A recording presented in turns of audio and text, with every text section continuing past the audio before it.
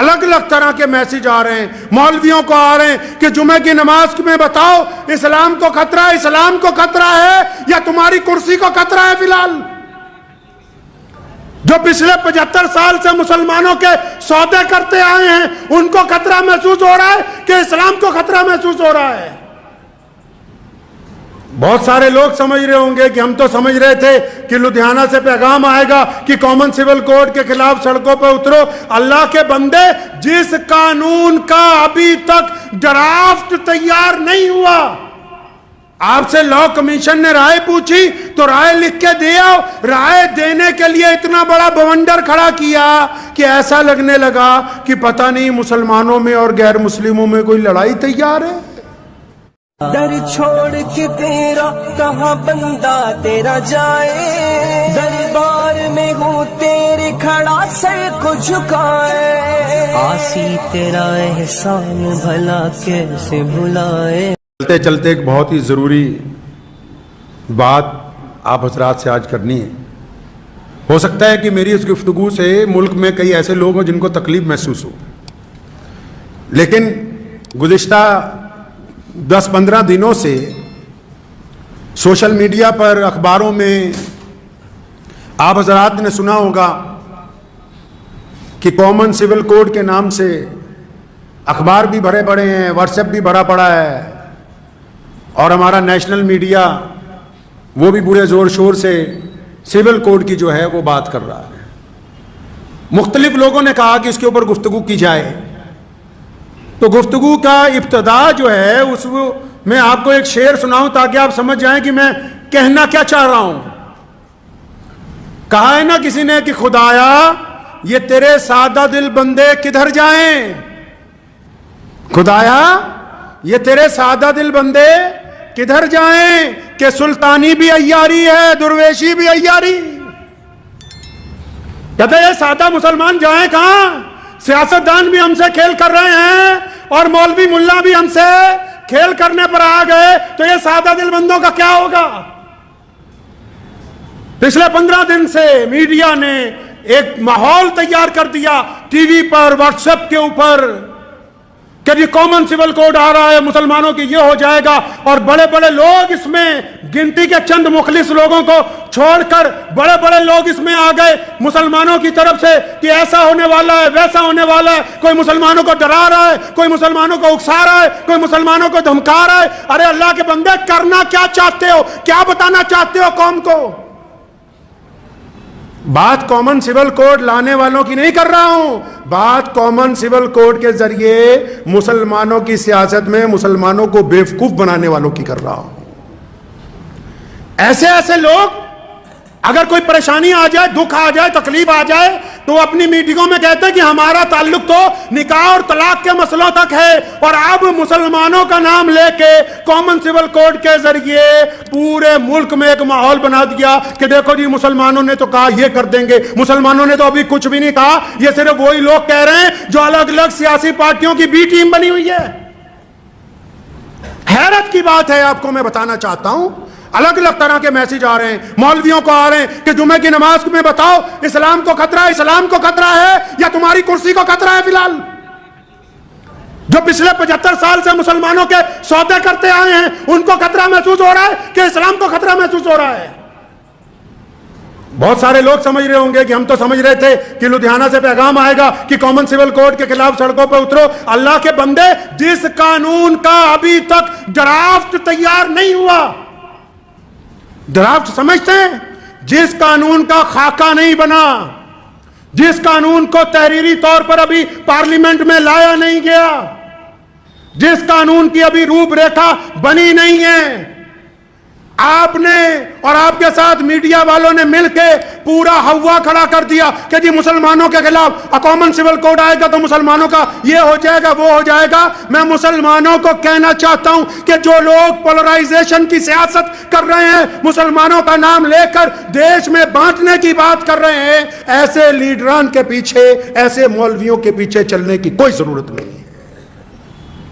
साथी वो होता है जो दुख का साथी हो, साथी वो नहीं होता जो सुख का साथी हो, जो दुख में कहे कि हम जानते नहीं। सुख में तो जब बारात निकलती है, बैंड बाजा बजता है, हर एक राहगीर खड़ा हो जाता है चंद लम्हे तमाशा देखने के लिए।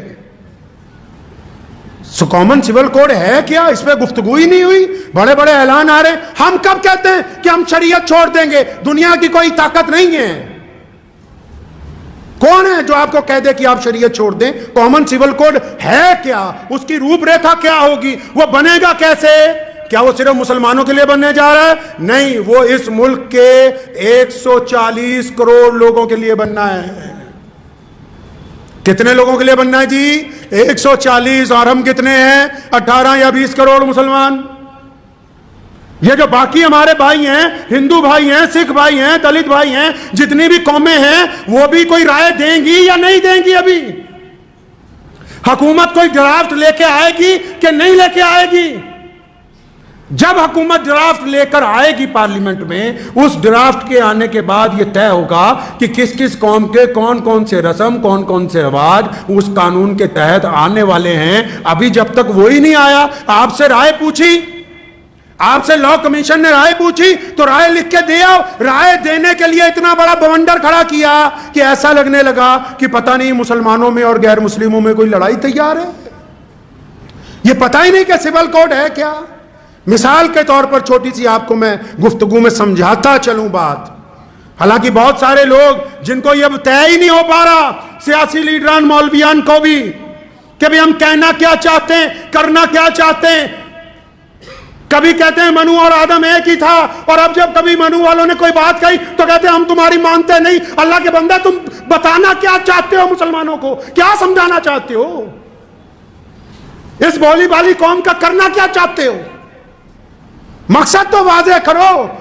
ईमानदार वो होता है, चाहे वो आलिम हो या सियासतदान हो, जो लोग किसी की पुश्तपनाही के ऊपर जाकर ये काम कर रहे हैं, अगर उनमें दम है तो बाहर आके कहें कि हम फलां सियासी पार्टी के साथ हैं। यह क्या बात हुई? तुम साथ भी सबके हो, मुखालिफ भी सबके हो, चाहते क्या हो? मुसलमानों के साथ करना क्या चाहते हो? इसमें उनसे गिला नहीं है। वो कहता है ना, तू इधर उधर की ना बात कर, ये बता कि काफिला क्यों लुटा। मुझे रहजनों से गिला नहीं, तेरी रहबरी का सवाल है।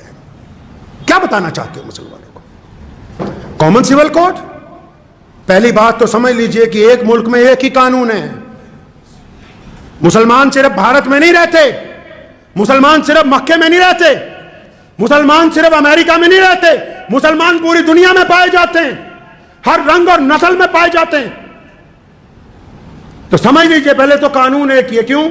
थाना एक है, अदालत भी हर शहर में एक ही है। कोई जुर्म हो जाए, पंगा हो जाए, कोई अदालतें बटी हुई हैं, कोई थाने कचहरियां बटी हुई हैं कि यहां फलां बरादरी के लोग जाएंगे, फलां के नहीं। इंडियन पैनल कोड एक ही है। तो अब ये कॉमन सिविल कोड क्या है? कॉमन सिविल कोड बोलते हैं, सिविल का मतलब आम लोगों की जो बरादरियां हैं, बरादरियों में जो रस्म व रवाज हैं, उनके ऊपर एक एडवाइजरी के कानून को लेके आना है। मिसाल के तौर पर कोई बरादरी है या कोई मजहब है, वो कहता है जी सिर के ऊपर टोपी पहन लो। जैसे हम कहते हैं सिर पे टोपी रखो नमाज के टाइम, रख लीजिए। अब अगर कोई नमाजी कहे तो मैं नहीं रखता, एडवाइस है कि रख लो, नहीं रखते तो कोई धक्केशाही नहीं है। कॉमन सिविल कोड में अगर ये आ गया कि इद्दत गुजारने की इजाजत नहीं देती सरकार, लेकिन जिस बेटी ने इद्दत गुजारनी है, जब वो खुद कहती कि मैं अल्लाह और उसके रसूल के हुक्म में आके इद्दत गुजारूंगी, तो उसके साथ जबरदस्ती नहीं है। 3 तलाक का कानून आया, मान लिया कि पार्लियामेंट में पास हो गया। 3 तलाक अगर किसी घर में हो गई, अगर मियां बीवी दोनों शरीयत के पाबंद हैं, वो कहते हैं कि हमसे गलती हो गई, हम शरीयत के पाबंद हैं, तो उनको कौन छेड़ सकता है? अगर इन दोनों में से कोई शरीयत का पाबंद नहीं है तो बीवी को इख्तियार है वो जाके वहां मुकदमा कर दे, क्योंकि पार्लियामेंट में कानून बना दिया गया 3 तलाक का। जो सिविल कानून होते हैं वो इख्तियारी होते हैं कि वो इख्तियार किए जाएंगे या इख्तियार नहीं किए जाएंगे। लेकिन यहां मसला यह है कि कानून अभी आया नहीं, कानून का ड्राफ्ट अभी पार्लियामेंट में नहीं आया, कानून का भी रूपरेखा तैयार नहीं हुई, मीडिया वालों ने उसका बवाल बनाया, हमने उनका साथ देना शुरू कर दिया। आप तो खुद कहते थे कि उन लोगों का साथ न बनो, उनके हिस्सेदार न बनो जो मुल्क में बांटने की बात करते हैं। यह क्या बात हुई कि सियासतदानों ने गेंद फेंकी और आप सारे के सारे उसके साथ खेलने लगे और इतना बड़ा हवा मुसलमानों के लिए सिर्फ खड़ा कर दिया कि कॉमन सिविल कोड आ रहा है, फलां तारीख तक राय दे दो, फलां तारीख तक फार्म भर दो। अगर फार्म नहीं भरेंगे तो क्या हम किराएदार हैं भाई? हमें निकाल देंगे कोई? किराए पे हैं? कौन सी राय देने जा रहे हो? अगर वाकई, मैं बड़े अदब से कहना चाहता हूं, वाकई अगर मुसलमानों का लीडर बनना चाहते हैं जो लोग इस मुल्क में जो बार बार दावे करते हैं कि हमारे पेट में मुसलमानों का बड़ा दर्द है, बड़ी हम तकलीफ महसूस करते हैं, हमें रात को नींद नहीं आती, तो मियाँ साहब कौम की क़यादत सिर्फ मस्जिद में बैठ के नहीं होगी। रसूलुल्लाह की सुन्नत है आला तरीन दीनी सियासत को अमल में लाना। अगर आप में वाकई कौम का दर्द है तो 2024 का इलेक्शन आ रहा है, अपने इलाके में जाइए, इलेक्शन लड़िए, मेंबर पार्लियामेंट बनिए, क्योंकि जो बाहर बैठ के आप प्रेस कॉन्फ्रेंस में बातें करते हैं वो सरकार तक सही तरह नहीं पहुंचती। जब आप पार्लियामेंट में बैठ के अपना दुख दर्द सुनाएंगे तो फिर सरकार भी सुनेगी, दुनिया भी सुनेगी और उसको सुनाने का कोई फायदा भी होगा। तो मैं तो मुसलमानों से यह बस गुजारिश कर रहा हूं आज कि जब तक कॉमन सिविल कोड का ड्राफ्ट नहीं आ जाता, ड्राफ्ट, मेरा मकसद यह नहीं है कि नाउज़ुबिल्लाह हम शरीयत को नहीं मानेंगे, शरीयत तो 1450 साल से चल रही है और क़यामत तक अल्लाह ने चाहा चलती रहनी है। ये जब तक इसका ड्राफ्ट नहीं आता तो आप भी और दूसरी कौमें भी अपनी नाराजगी का इजहार तो तब करेंगे ना जब ड्राफ्ट आएगा, जब वो बात रखी जाएगी पार्लियामेंट के अंदर।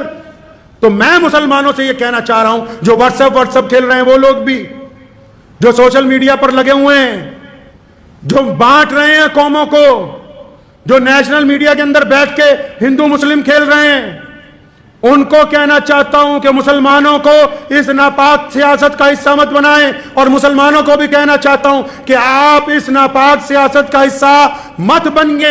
जब ड्राफ्ट आएगा, ड्राफ्ट में अगर कोई ऐसी बात जो आपको लगे कि वो शरीयत के खिलाफ है, तो फिर इस मुल्क के कानून ने आपको हक दिया है कि आप अपना एतराज दर्ज करवाइए, आप अपनी बात रखिए। ड्राफ्ट आने से पहले किसी भी ऐसी सियासी मुहिम का हिस्सा बनने की बिल्कुल कोशिश ना कीजिए। दुआ कीजिए कि अल्लाह ताला मुझे भी और आप सबको भी इस पे अमल की तौफीक अता फरमाए। व आखिर दावाना अनिल हम्दुलिल्लाहि।